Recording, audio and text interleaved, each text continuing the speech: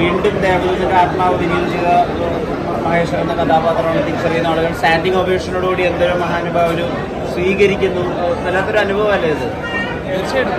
കാരണം ഇതൊരു musical love story എന്നാൽ അതിനകത്തൊരു ഹൊററിൻ്റെ ഒരു ട്രീറ്റ്മെൻറ്റ്. അപ്പോൾ ഈ സിനിമ അപ്പാർട്ട് ഫ്രം അതിൻ്റെ കഥ അല്ലെങ്കിൽ സ്റ്റോറി ലൈൻ എന്നുള്ളതിൻ്റെ അപ്പുറത്ത് തന്നെ അതിൻ്റെ കൂടെ തന്നെ ഭയങ്കര ഹൈലൈറ്റ് ചെയ്യുന്നതാണ് അതിൻ്റെ ഒരു ട്രീറ്റ്മെൻറ്റ്.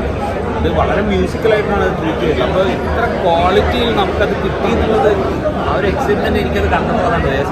നമുക്കതിൻ്റെ ഒരു ടെക്നിക്കൽ സൈഡ് നോക്കുമ്പോഴേ വിഷ്വലായാലും ഇത്ര ക്വാളിറ്റിയിൽ പഴയ സിനിമയുടെ വിഷ്വൽ കിട്ടുന്ന എനിക്ക് തോന്നുന്നു വളരെ അപൂർവം സിനിമകൾക്ക് അങ്ങനെ ഉണ്ടാവുള്ളൂ. ആ ഭാഗ്യം ദേവതന് ഉണ്ടായിട്ടുണ്ട്. അപ്പോൾ അത് ഞാൻ അങ്ങനെ ഒരു ക്യാരക്ടർ ചെയ്തു, അതെനിക്ക് കാണാൻ പറ്റുന്നുള്ളതും വളരെ സന്തോഷം. ഈ നായകളായിട്ടുള്ള സീക്വൻസ് ഒക്കെ കാണുമ്പോൾ ഞങ്ങൾ ആദ്യം വിചാരിച്ചിരുന്നത് അത് ഡ്യൂപ്പാണെന്നാണ്. നിങ്ങളുടെ ജീവനും പരിക്കൊക്കെ ഏറ്റിട്ടാണ് അത് ചെയ്തിരുന്നത്. ഇപ്പോഴാണ് ഞങ്ങൾക്ക് കാണുമ്പോൾ മനസ്സിലാവുന്നത്. ആ വിഷ്വൽസ് കാണുമ്പോൾ ആ ഒരു ഭീകരതയും ആ ഭീതി, അന്ന് അനുഭവിച്ച ഭീതിയൊക്കെ ഫീൽ ചെയ്താവും. അന്ന് ഷൂട്ട് ചെയ്യുമ്പോൾ അങ്ങനെ ഭയങ്കര ഭീതിയൊന്നും ഉണ്ടായിരുന്നില്ല. കാരണം നമുക്ക് എന്താണെന്ന് വെച്ച് കഴിഞ്ഞാൽ സിനിമ എപ്പോഴും ക്യാമറയുടെ മുമ്പിൽ നമ്മൾ പെർഫോം ചെയ്യുന്ന സമയത്ത് ഇതുപോലെ ആക്ഷൻ സീക്വൻസുകളായാലും ഇങ്ങനെയുള്ള സീക്വൻസ് ചെയ്യുമ്പോൾ നമ്മൾ അതിൻ്റെ ഒരു ഹൈ ആയിരിക്കും ഷൂട്ട് ചെയ്യുമ്പോൾ. പിന്നീട് കാണുമ്പോഴാണ് ഇങ്ങനെയൊക്കെ അന്ന് ചെയ്തിരുന്നു എന്നുള്ളത്. അതിനകത്ത് വൈഡ് ഷോട്ടുകൾ ചില ഷോട്ടുകൾ മാത്രമേ യൂസ് ചെയ്തുള്ളൂ, ബാക്കിയെല്ലാം തന്നെ ചെയ്താണ്. പക്ഷെ അതൊക്കെ രസമുണ്ട്.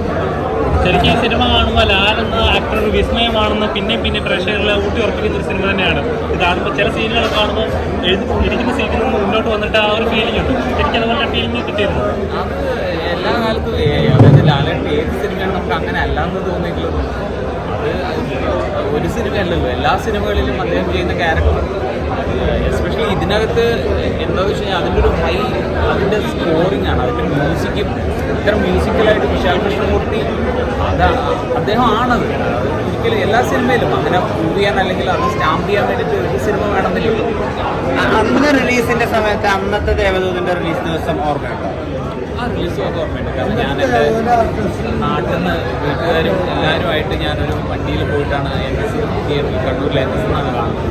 അപ്പോൾ അത് വേറൊരു ഫീലായിരുന്നു. അന്ന് ആദ്യമായിട്ട് നമ്മൾ സ്ക്രീനിൽ കാണുമ്പോൾ എപ്പോഴും നമ്മൾ അഭിനയിച്ചൊരു സിനിമ നമ്മൾ തിയേറ്ററിൽ കാണുന്ന സമയത്ത് ആദ്യം നമ്മളെപ്പോഴും നോക്കുക നമ്മളുടെ ക്യാരക്ടർ, നമ്മളുടെ കാര്യങ്ങൾ. പക്ഷേ ഇപ്പോൾ അതല്ല. ഇപ്പം ഞാൻ വീണ്ടും വന്ന് കാണുമ്പോൾ ഞാൻ പറഞ്ഞില്ല, എൻ്റെ ഏറ്റവും ഹൈ നിങ്ങളെപ്പോലെ തന്നെ ഈ മ്യൂസിക്, ഈ വിഷ്വലുകൾ കാണുക, വിശാൽ കൃഷ്ണമൂർത്തിയെ കാണുക എന്നുള്ളതൊക്കെയാണ്.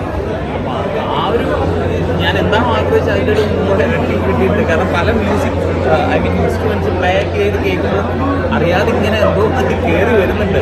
അപ്പോൾ ഞാൻ ആദ്യം വിചാരിച്ചത് എനിക്ക് തിയേറ്ററിൽ ഓരോരുത്തർ പറയുമ്പോഴാണ് എനിക്ക് മനസ്സിലായി ഇത് അതൊരു മാജിക്കാണ്, അത് സംഭവിക്കുന്നുണ്ട്. നമ്മളൊരു കാലത്ത് ആത്മാർത്ഥതയോടുകൂടി ഒരു കാര്യത്തെ സമീപിക്കുമ്പോൾ അതിന് വിജയമുണ്ടാവും എത്ര കാലം കഴിഞ്ഞാലും എന്നുള്ളതിന് തെളിവാണ് ഈ സിനിമയുടെ സ്വീകാര്യത എന്ന് പറഞ്ഞു കഴിഞ്ഞാൽ. ഇപ്പോൾ ദേവദൂതൻ ഇറങ്ങി ഇനി വീണ്ടും ഒരു 100 കോടി ക്ലബ്ബിൽ ഇറങ്ങാനും കയറാൻ വേണ്ടിയിട്ടൊന്നും അല്ല ഇത് റിലീസ് ചെയ്തിട്ടുള്ളത്. ഇത് നമുക്ക് നമ്മളുടെ അന്ന് ഉണ്ടാക്കിയൊരു എഫേർട്ടാണ്. അത് എല്ലാവരുടെയും ഒരു എഫേർട്ടുണ്ട്. ആ ആർട്ടിലൊരു പ്യൂരിറ്റി ഉണ്ട്, അതിൻ്റെ മ്യൂസിക്കിലൊരു സത്യമുണ്ട്.